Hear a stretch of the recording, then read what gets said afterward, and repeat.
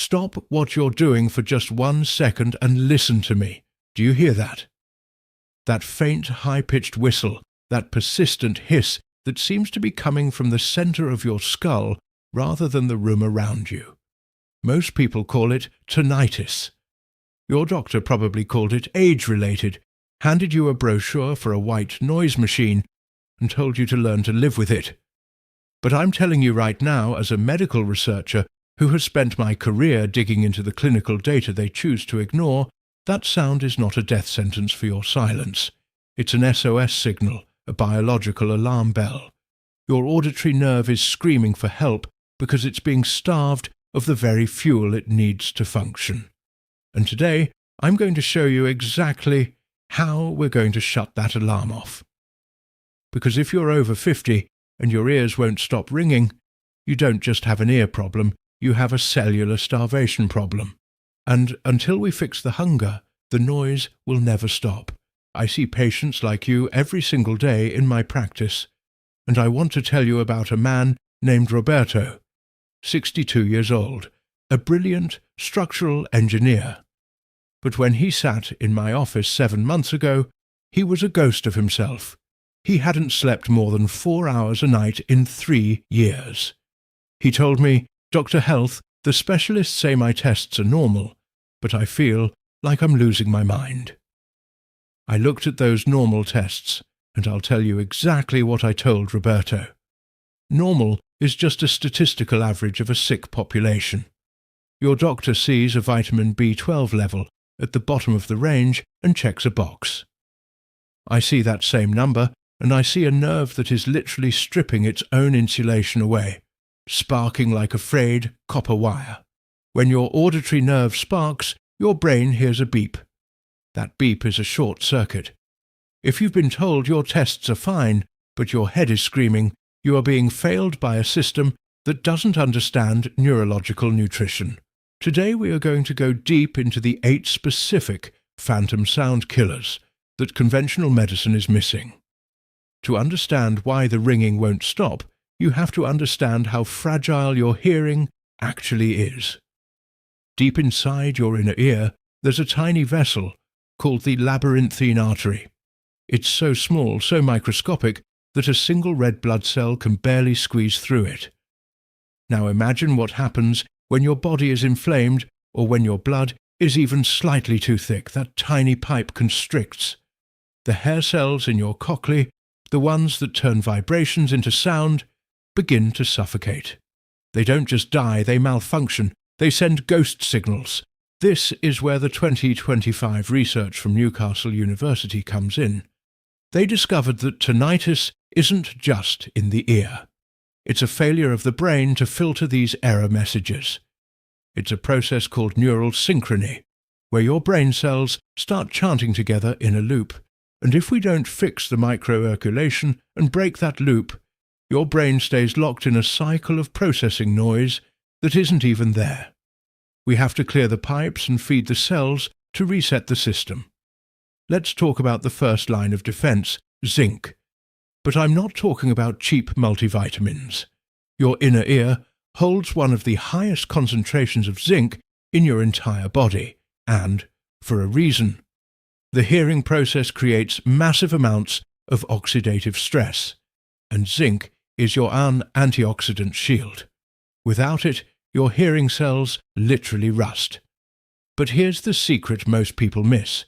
You might be eating the zinc, but you aren't absorbing it. I call these the invisible killers. If you're consuming high amounts of phytates from processed grains or too much caffeine, you are literally blocking the zinc from reaching your kuka. You are starving in the middle of a feast. Roberto was eating healthy, but his morning routine was flushing his zinc down the drain. That's why we flooded his system with bioavailable zinc, pumpkin seeds, and specific lean proteins, and removed the blockers. Within weeks, the rust started to clear, and for the first time in years, the volume of the hiss began to drop. Now, I have to tell you something that might shock you. While you're trying to fix your ears, you might be accidentally poisoning them. There's a whole class of substances called otoxic drugs. These are everyday items, common pain relievers like aspirin or certain anti-inflammatories that cause direct chemical damage to your hair cells. They trigger a massive release of free radicals, overwhelming your zinc and magnesium shields. If you're taking these regularly for joint pain or headaches, you are throwing water on a fire while pouring gasoline on the other side. My protocol for Roberto involved identifying these hidden toxins and replacing them with natural anti-inflammatories, like curcumin and boswellia, giving his ears a chance to finally breathe and recover. But zinc is only the beginning. You know, we have to talk about the insulation. Imagine a high-voltage power line. If you strip the rubber coating off that line, it hums, it buzzes, it sparks. That is exactly what is happening to your auditory nerve right now. If your vitamin B12 levels aren't in the Kent optimal zone, as we age, our stomachs lose the ability to absorb B12. This leads to demyelination, the thinning of the nerve's protective sheath. When that sheath is thin, the electrical signals leak out. Your brain interprets that leakage as a constant buzzing noise. I don't care if your lab results say 300 or 400 for a senior with tinnitus. That is a deficiency. We need you closer to 800 to even begin the repair process. This is why Roberto's doctor missed it. They were looking for not sick, while I was looking for optimal repair. Why does the ringing get louder when you're stressed? Because of a chemical called glutamate. Glutamate is the gas pedal of the brain. When you're under stress, your brain floods the auditory cortex with it. And if you don't have enough magnesium to act as the brake pedal, you enter a state called excitotoxicity. Your nerves fire so fast, so hard, that they actually begin to damage themselves. This is the glutamate storm.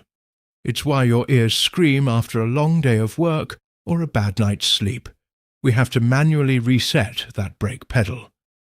By flooding the inner ear with the right forms of magnesium, specifically through things like almonds, avocados, and dark leafy greens, we are effectively turning down the gain on your internal amplifier. We are telling the nerve to calm down. If you think vitamin D is just for bones, you are living in the 1990s. The research published in Frontiers in Neurology in early 2026 has completely shifted the landscape. Vitamin D3 is a neurosteroid. It regulates the expression of hundreds of genes in your nervous system, including the genes responsible for protecting your auditory pathway. The study was clear. People with chronic bothersome tinnitus have significantly lower D3 levels than those who don't. Why?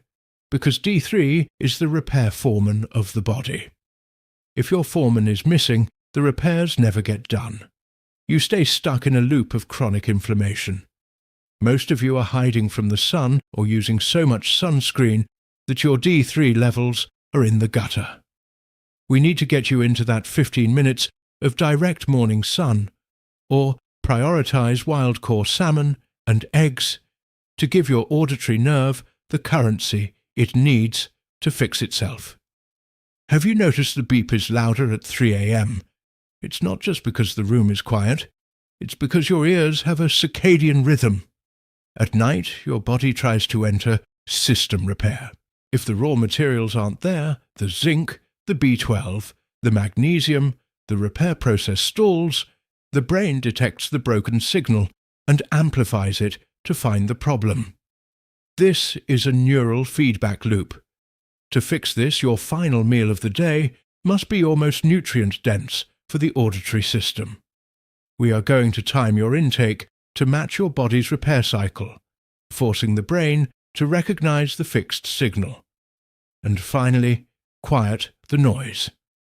We also have to address the thick blood problem. Your inner ear is supplied by vessels thinner than a human hair, and if your blood is filled with inflammatory markers, it becomes like sludge. It can't deliver the B12 or the zinc to the hair cells. This is where omega-3s come in. They are ear lubricants. They make the cell membranes fluid flexible, alive. And when you pair that with the vascular protocol, using natural vasodilators like ginger, garlic ingawala, you are essentially opening the floodgates. You are allowing the nutrients to finally reach the starving cells. I saw this in Roberto's 4th month. He came in and said, "Dr. Health, the noise is still there, but it's further away. It's not in the front of my mind anymore. That is the sound of blood finally reaching the auditory nerve." So, what does this mean for you tonight? Tonight, I want you to commit to my auditory rescue dinner. We're talking about a piece of wild court-baked salmon for the D3 and omega-3s. We're pairing that with a massive salad of baby spinach for the magnesium, topped with a handful of raw pumpkin seeds for the zinc. We dress it with olive oil, fresh lemon, and a grating of fresh ginger to kickstart that microerculation. That one meal provides a massive biological payload of exactly what your ears are starving for. Do not expect a miracle in 24 hours. Your nerves took years to starve. They will take weeks to recover. But in my research, the first moments of silence usually begin to appear between week 3 and week 6. Roberto didn't just get his silence back, he got his life back last month. He sent me a photo of him at a park playing with his 8-year-old daughter. He told me, "Doctor, I can hear her laugh again and without the whistle competing for my attention. That is why I do this. That is why I challenge the normal diagnosis, because you deserve silence. You deserve to go to bed tonight and hear nothing but your own breathing." I want you to share this video with one person you know who is suffering, because millions are being told there is no cure when the cure is sitting right on their dinner plate. Write to me in the comments, how long has your alarm bell been ringing? I read your stories. They are the fuel for my next research project. I am Dr. Michael Health, and your health is the only metric that matters. I'll see you in the next consultation.